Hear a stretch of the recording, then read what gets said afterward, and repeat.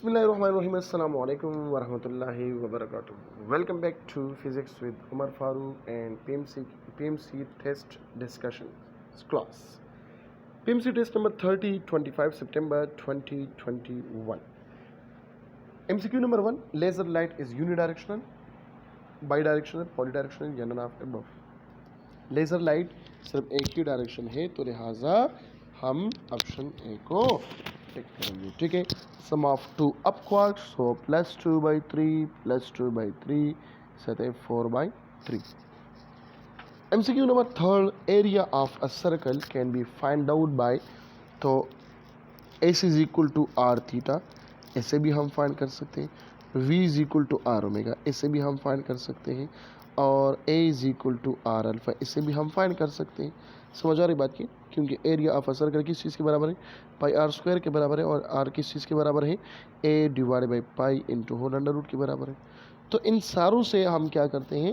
Find out कर सकते हैं. Angular displacement, angular velocity, angular acceleration और ऑल ऑफ अबव, तो हम टेक करेंगे ऑल ऑफ अबव. ठीक है. लेकिन अगर ऑल ऑफ अबव मौजूद नहीं हो तो फिर इसमें से बेस्ट फिर कौन सा होगा?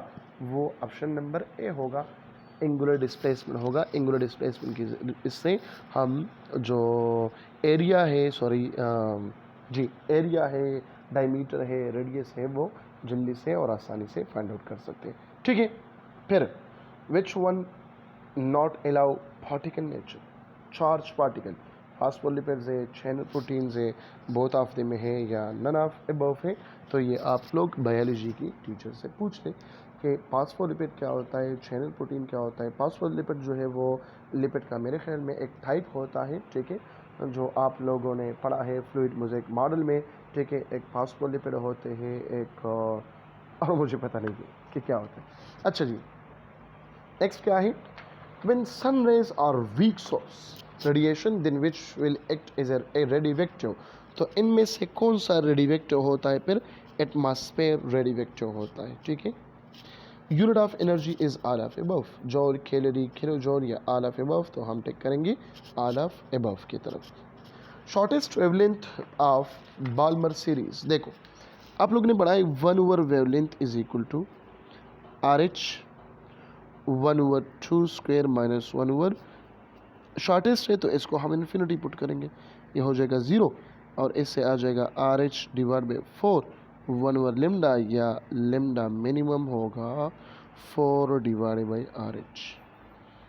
फार्मूला फॉर इलेक्ट्रिक पावर, तो ये मैकेनिकल पावर है, ये मैकेनिकल पावर है, this is electrical power. It is P is equal to IV. Definition of stationary waves क्या है? आप लोगों को मालूम है. ठीक है.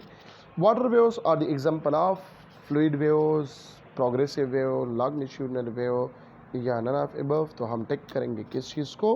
प्रोग्रेसिव वेव की तरफ टेक करेंगे. ठीक है. फिर नेक्स्ट MCQ क्या है? When source is moving toward stationary observer dash is increase, frequency increase होता है. सोर्स मोशन कर रहा है जो साउंड प्रोड्यूस करता है, और जो ऑब्जर्वर है जो स्टेशनरी है, मतलब वो बैठा हुआ है, उसकी तरफ आप मोशन करते हैं, तो फ्रीक्वेंसी उसके दिमागों पे, इसके कानों पे क्या होगा? ज़्यादा होगा. ऑप्शन नंबर ए है. ठीक है. डॉपलर इफेक्ट रेपर 2, डॉपलर इफेक्ट जो है वो रेपल करते हैं. तो डॉपलर इफेक्ट क्या होता है? ठीक है. Relative motion between source and stationary observer, मतलब relative motion between source and listener. इनमें से एक क्या होगा? मोशन में होगा. दोनों में भी मोशन में हो सकता है और इनमें से एक मोशन में होगा. अगर इनमें से एक मोशन में नहीं होता तो फिर क्या होगा? डॉपलर इफेक्ट नहीं होगा. बाकी तो आप लोग समझते हैं क्योंकि इसमें फ्रिक्वेंसी चेंज आते हैं. ठीक है. Value of relative permittivity in vacuum, relative permittivity का वैक्यूम में क्या वैल्यू है? That is 1. क्योंकि आप लोग कहते हैं relative permittivity is equal to epsilon m divide by epsilon naught. जब ये 1 के बराबर हो जाए तो एप्सिलॉन m बराबर होगा एप्सिलॉन नॉट का. ठीक है. यूनिट ऑफ इलेक्ट्रिक फ्लक्स, तो यूनिट ऑफ इलेक्ट्रिक फ्लक्स क्या है? आप लोगों को पता है, ये है E इंटू A. ये हो गया E किस चीज़ के बराबर? Force per unit this one. ये हो गया न्यूटन मीटर स्क्वायर पर कूलम. ठीक है. न्यूटन मीटर स्क्वायर पर कूलम. नेक्स्ट क्या है? At first time constant capacitor is dash percent discharge, कितना परसेंट डिस्चार्ज होता है? 63.3%, 37.7%, 86.4% या 16.6%। तो फर्स्ट टाइम कांस्टेंट पे जितना चार्ज होता है उतना डिस्चार्ज भी होगा, तो लिहाजा इसमें ऑप्शन कौन सा करेक्ट होगा? 63.3%, 37.7% ये रह जाएगा और इतना ही डिस्चार्ज हो जाएगा। ठीक है, अक्सर बुक में जो लिखा हुआ है वो है 36.7 या 36.6, ठीक है, वो रहता है, डिस्चार्ज नहीं होता। वो क्या होता है? उसमें रहता है, इसमें डिस्चार्ज नहीं होता। ठीक है, ठीक है बेटा। By insertion of dielectric material capacitance increase, क्यों?